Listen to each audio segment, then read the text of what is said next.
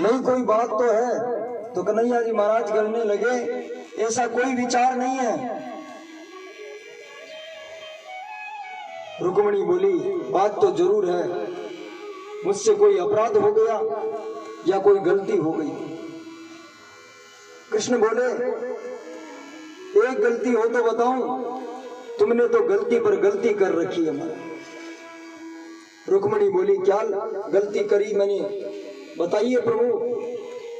तो मेरे प्रभु ने रुक्मिणी जी से कहा, राजपुत्री सिक्ता भूपे लोक विभूति भी महानुभावे श्री रूपधार्यम बलोर्जिते। श्री कृष्ण कहते हैं, रुक्मिणी जी सबसे पहले गलती तो आपने ये की कि मुझसे विवाह कर लिया। इतने बड़े बड़े सुंदर राजकुमार तुम्हें पत्नी के रूप में चाहते हैं, तुमने उन राजकुमारों को छोड़कर इस गवालिये के साथ विवाह कर लिया। क्या मिला तुम्हें? प्रभु ने चेहरा देखा और सोचा, अभी तो गुस्सा आया नहीं। फिर तुम कहोगी, विवाह तो मैं बिल्कुल नहीं करना चाहती थी, लेकिन इसलिए कर लिया कि तुम बड़े भारी वीर हो। यहां पर भी तुमने गड़बड़ कर दी मानो। मेरे जैसा डरपोक आदमी दुनिया में कोई नहीं है। बड़े बड़े राजा लोग के भय से समुद्र की शरण मैंने ली है।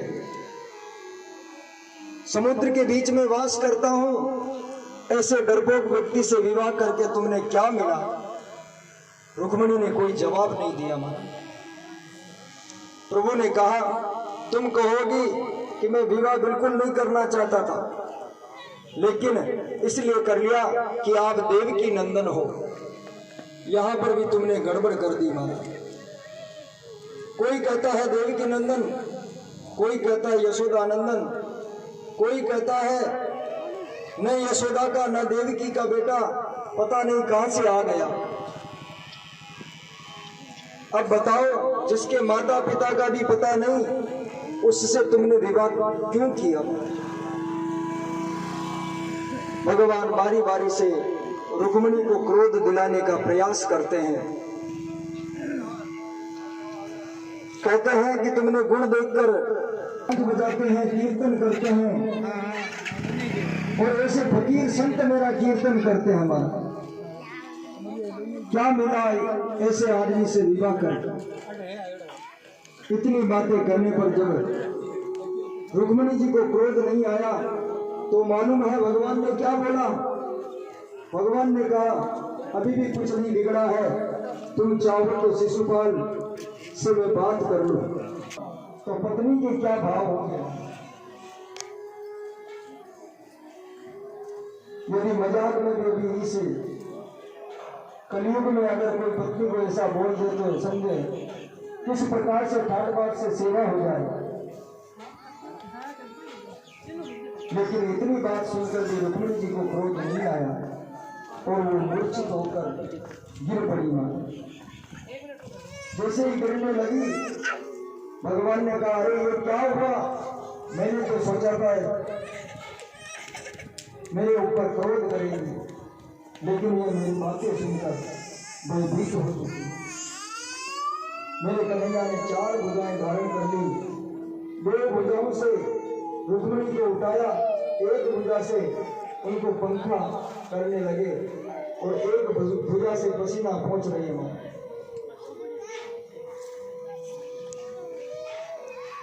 मेरे गोविंद के नेत्रों में आंसू आ गए। रुक्मिणी से बोले, देवी बुरा मत मानना, बचपन से ही स्वभाव से थोड़ा नटखट हूं, इसलिए मैंने आप से पता नहीं जो श्री कृष्ण से बातों का जवाब दिया वो सुनने लायक है हमारा। रुक्मिणी जी ने कहा, आपने गलत कुछ भी नहीं कहा, आपने तो ये कहा मेरा और तुम्हारा मेल ही क्या है मारा। यदि पत्नी चाहे तो पति की जितनी भी बातें हो उसको गलत ना लेकर उसको सही भी प्रस्तुत कर सकती है। और यदि काले तो सब काले जो व्यक्ति होते हैं वही तो कमाल करते हैं, गोरे होते तो भगवान ना जाने क्या होता। और रुक्मणी जी कहती है, यदि नंदलाला तुम होते लली तो गले कटवाते करोड़ों के। यदि तुम इस सूरत में भी यदि तुम स्त्री रूप में होते तो करोड़ों व्यक्तियों के गले कटवा देते, इतने सुंदर हो तुम। आपने भी कहा कि भीख मंगे महात्मा फकीर मेरा कीर्तन करते हैं। रुक्मणी बोली, मेरे से यदि कोई पूछे दुनिया में सबसे बड़ा कोई धनी है तो केवल संत है महाराज, संत ही सबसे बड़े धनी है महाराज। कबीरा सब जग निर्धना धनवंता नहीं कोई, धनवंता सोई जानिए जाके राम नाम धन होई। कि धनवान व्यक्ति जो है जिसके जीवन में राम नाम है। श्री राघवेंद्र सरकार ने 13,000 वर्षों तक हमारी भूमि पर वास किया, ये भागवत में वर्णन आता है हमारा। भगवान श्री राघवेंद्र की उम्र 13,000 वर्ष की होने पर भी देखने में भगवान केवल 15 वर्ष के लगते थे। भगवान पर काल का असर नहीं होता है महाराज। काल कहते हैं महाराज समय का, भगवान कालातीत है, काल से परे है महाराज। कभी 16 वर्ष के भी भगवान नहीं होते हैं महाराज। भागवत में तो यहां तक वर्णन आता है कि कृष्ण जब अपने पोता के संग महल में जाते तो रानियों के मन में भ्रम हो जाता महाराज। वो पोता को कृष्ण समझ लेती और कृष्ण को पोता समझ लेती है महाराज,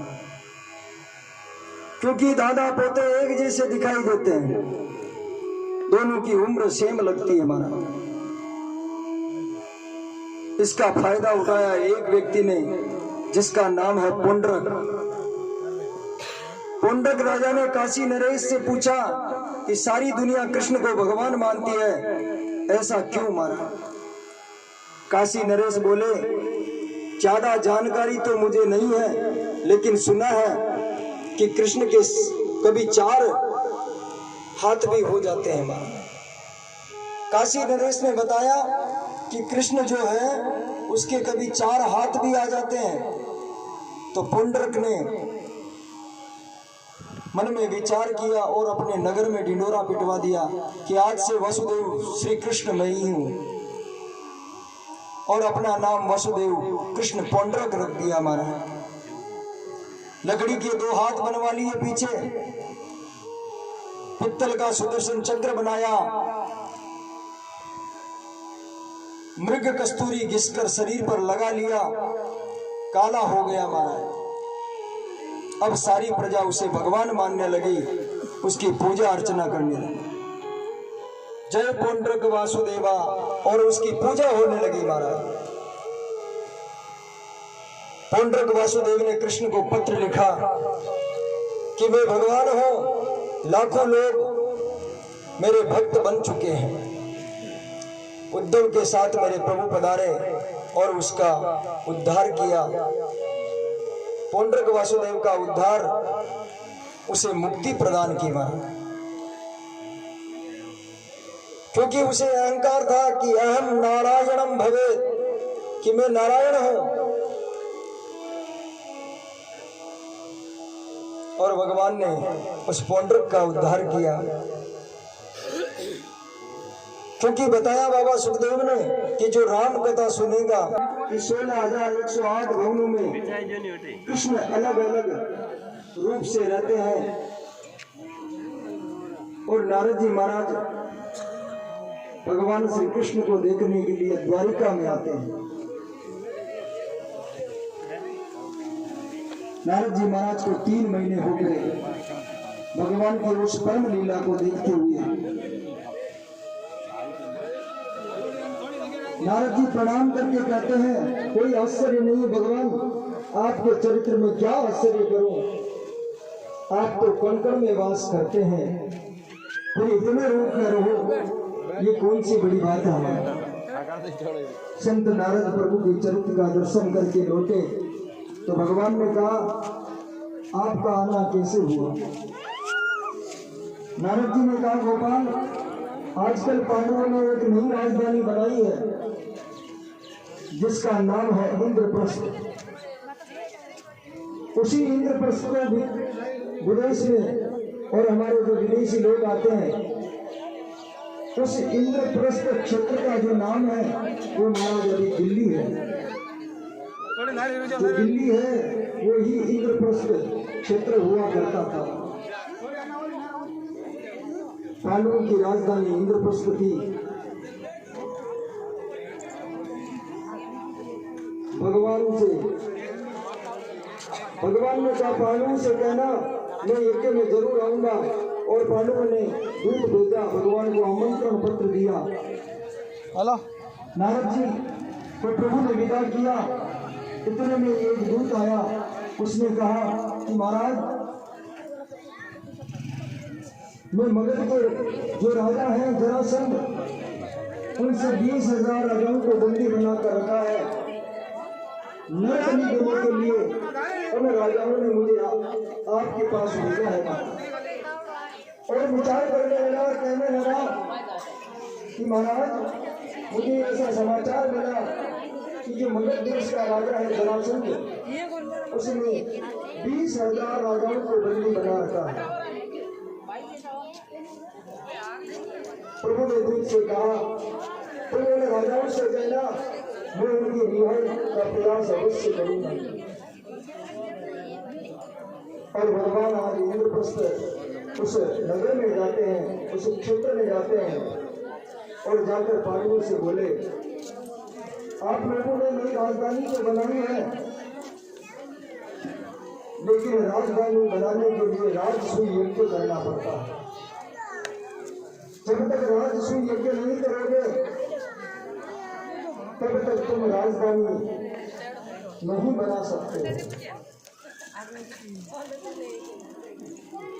भगवान पांडवों ने भगवान से कहा कि महाराज, राजसूय यज्ञ के लिए कई राजाओं को आमंत्रण देना पड़ता है। यदि कई राजा हमारे बंदी में, उन राजाओं को हम बंदी बनाए तब जाकर हम इस कार्य को कर सकते हैं। पांडव कहने लगे कि महाराज, उसके पास सेना इतनी है कि उसे कोई जीत नहीं सकता। श्री कृष्ण ने कहा, एक नीति की बात, जिस व्यक्ति के द्वारा हजारों लोग अपराधों को कष्ट दिया जाता है, ऐसे व्यक्ति को धोखे से मारने पर कोई पाप नहीं लगता है।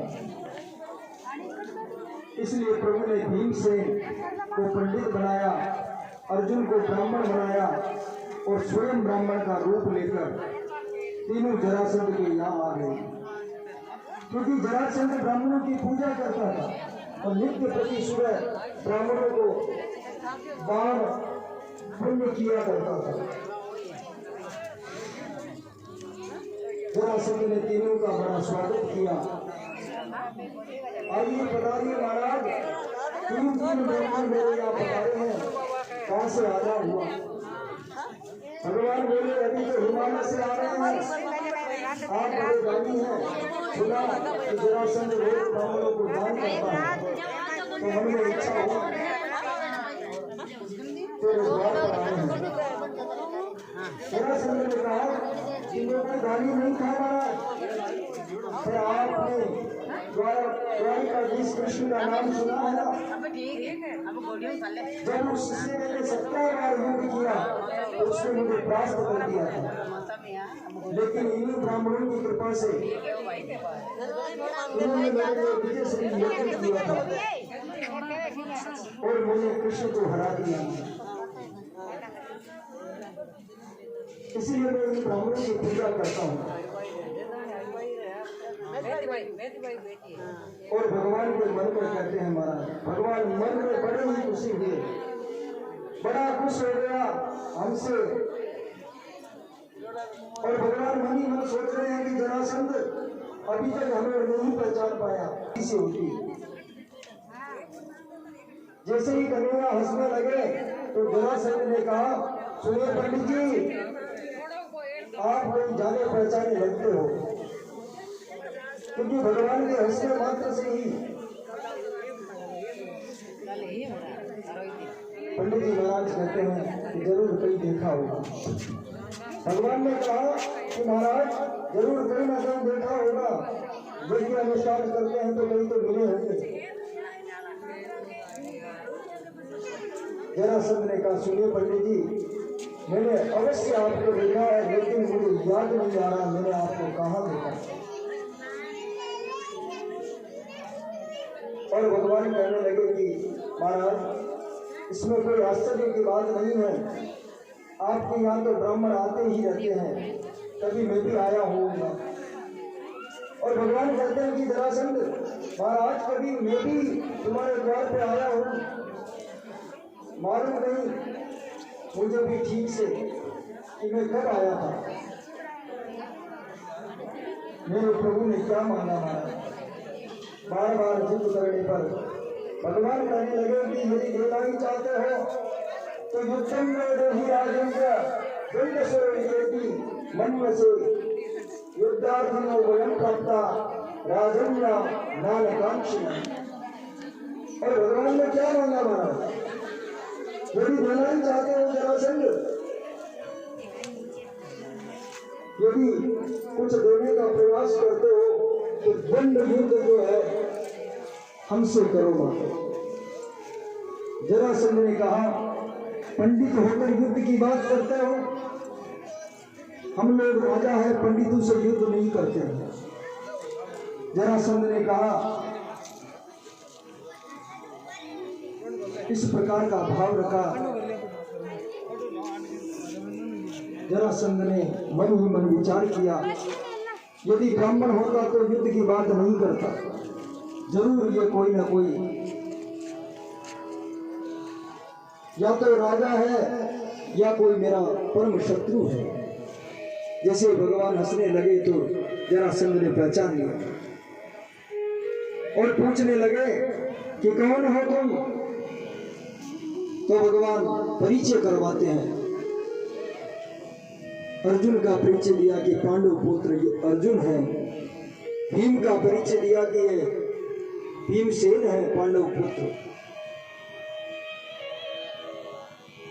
और भगवान ने जरासंध से कहा कि जरासंध मुझे तो तुम जानते ही हो, मैं तुमसे 17 बार मिल चुका हूं, अब भी नहीं पहचानते हो, तुम्हारा परम शत्रु कृष्ण हूं। और जैसे ही जरासंध को कृष्ण नाम लिया,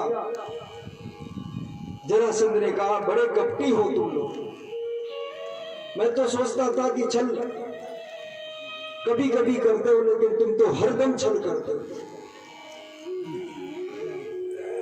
मुझसे 3 वचन, और भगवान ने दान मांगने से पहले 3 वचन लिए थे हमारे, और भगवान ने वचनों में बांध दिया। तो जरासंध कहता कि अब तुमसे युद्ध अवश्य करूंगा, लेकिन युद्ध एक शर्त पे करूंगा।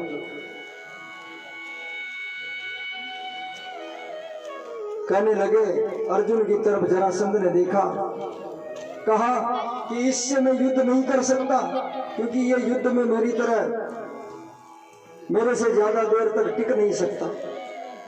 जैसे ही भीमसेन की तरफ देखा, और जरासंध ने कहा कि ये जरूर मेरे सामने कुछ समय तक टिक सकता है। भगवान ने कहा हम भी तो यही चाहते हैं कि तू भीमसेन से युद्ध कर, कि कन्हैया भी मेरे आगे कुछ नहीं है और अर्जुन भी मेरे सामने फेल हो गया महाराज। और भगवान श्री कृष्ण ने, क्योंकि मैं बलशाली हूं, इसलिए जरासंध के आगे युद्ध करने के लिए मुझे भेज दिया महाराज। दोनों में युद्ध शुरू हुआ, कई दिन हो गए युद्ध करते करते, दिन भर युद्ध होता। रात्रि के अर्ध पैर में भीम कृष्ण के पास आए और बोले, कन्हैया ये आदमी नहीं पहाड़ है, मेरी नस नस ढीली हो गई, लेकिन इस आदमी का कुछ मैं कर नहीं पाया। भगवान बोले, पास तो उसमें उस जरासंध ने पास तो तुम्हें ही किया और तुम्हारे से युद्ध करने की उसकी इच्छा थी मां। भीमसेन बोले या तो यहां से भाग चलते हैं क्योंकि ये जरासंध हारने वाला नहीं है। भगवान ने कहा जब इसका अंत समय आएगा मैं तुम्हें इशारा अवश्य कर दूंगा। और दूसरे दिन युद्ध का समय हुआ। जरासंध और भीमसेन का युद्ध चलने लगा। युद्ध चलते चलते भगवान ने 2 तिनके उठाए और भीमसेन को कहा महाराज जरा नाम की राक्षसी ने इसे